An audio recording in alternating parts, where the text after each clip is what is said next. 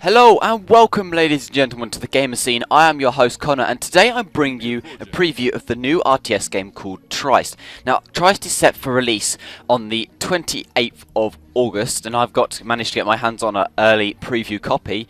So, having delved back into historic times of Crusader Kings 2, I get to move far forward in time to the futuristic game with aliens and RTS world of Tryst. So let's kick off with the review.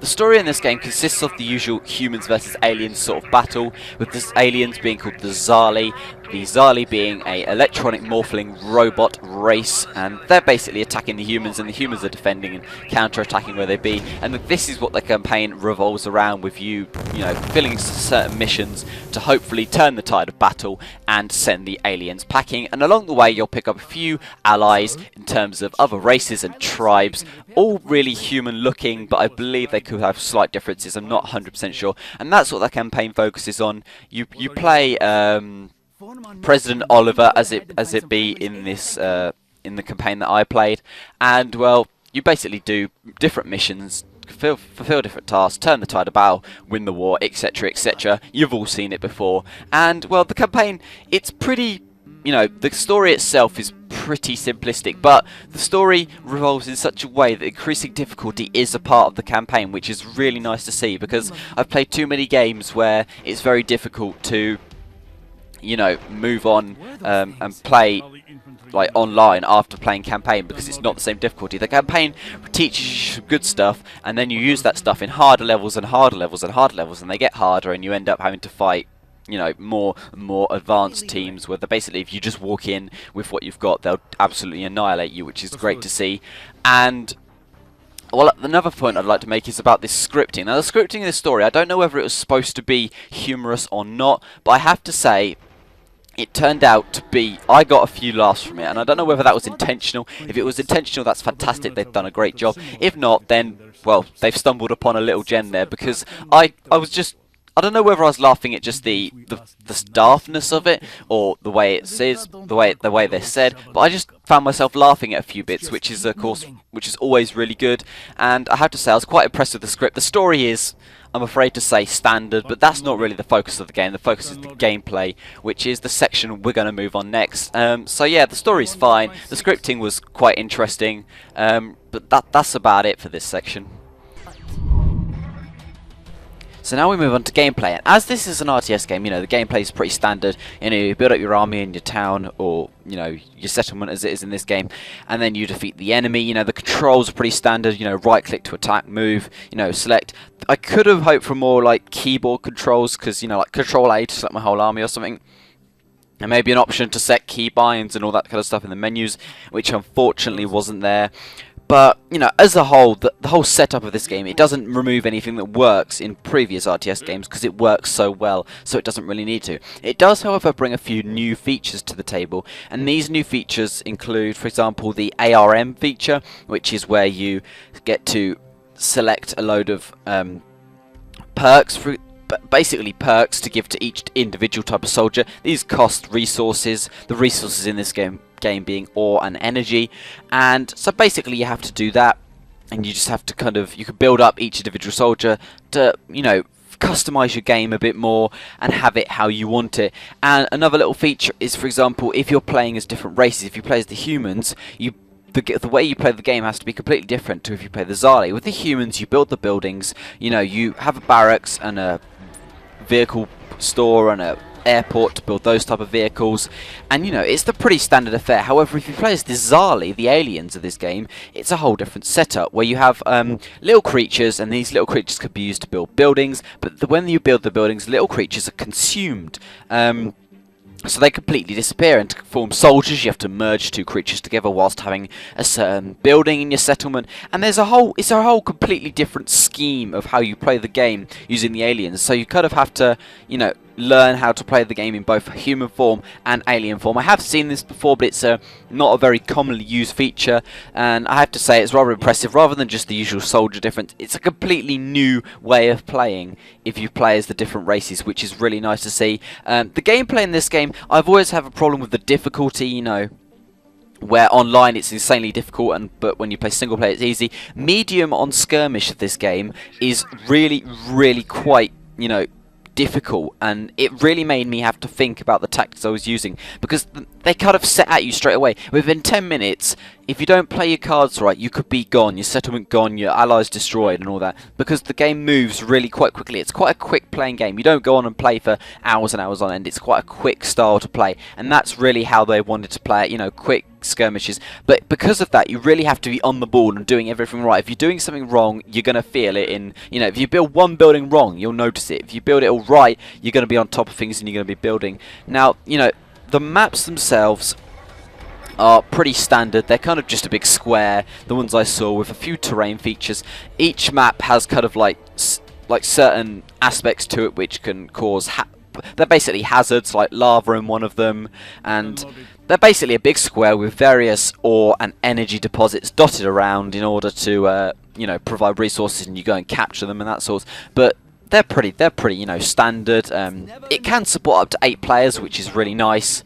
And the AI, as I said, is really quite a good teaching level. So if medium's quite difficult for me, hard is going to be really hard, and easy I think will be on something that is nice to learn at. So the game itself is quite an easy learning platform. It's a really quite accessible game to play, I have to say. You know, you've got the controls are nice, they're easy, they flow, but it's an RTS, so you'd expect that. The little perks that they have, the little differences they put in there are quite nice, because they really kind of twist the game up and stop it being the same old game. You know, different races is always good, and the A.R.M features makes you be able to, you know, delve into a bit more customization that, you know, the quickness of the game that might not necessarily offer otherwise. And well, this game is very accessible, so I was quite impressed with the gameplay aspect from that. But yeah, I'm really quite impressed with the gameplay. This game focuses on the gameplay, and it really does deliver quite a solid, you know, base to really kick off on from the gameplay aspect, which is really great to see.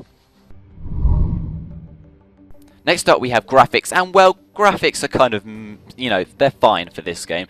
They're not spectacular, you know, but it's an RTS game, and they never will be spectacular. But, you know, there are RTS games that look better out there, but the guys the guys for Tryst have chosen to focus more on gameplay, and gameplay is what they focused on well, and so the graphics aren't fantastic. You know, it is surprisingly difficult to run. My computer struggled more than I would have thought it would based on what the game looks like.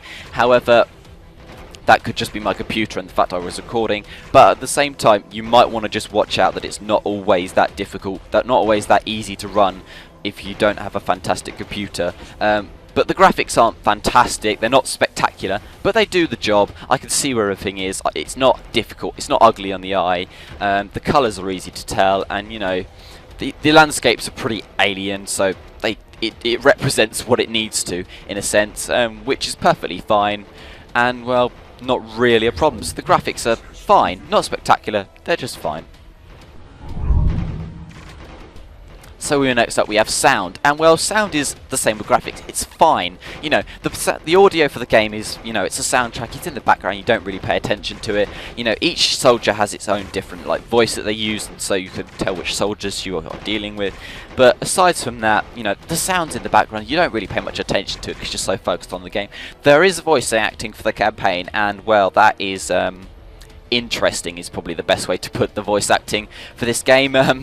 There's not really many other way I can describe it, I have to say, but it's not a problem. In fact, it probably added to the humour of the situation. But, you know, it's not the best voice acting you're going to find out there. Aside from that, it was perfectly fine. The sound was fine. It wasn't, you know, spectacular, as I said, with graphics, but it was just fine, which is not a problem.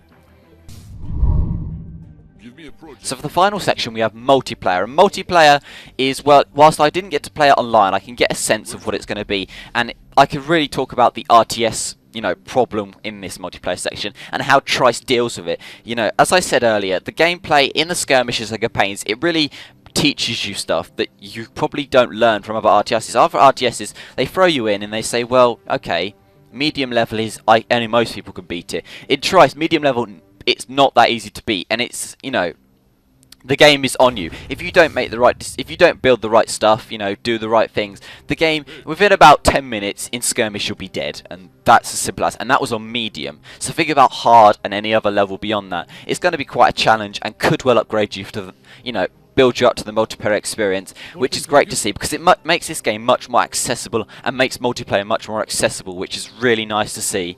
So yeah, hopefully in this game multiplayer will be much easier to participate in and not so much of a massacre that it is for a lot of games that I've played on, which is a testament to how well they've focused on the gameplay. You know, other sections have maybe not been as fantastic as they possibly could have been, but that's not a problem because the gameplay is really good, and I have to say I'm rather impressed with that.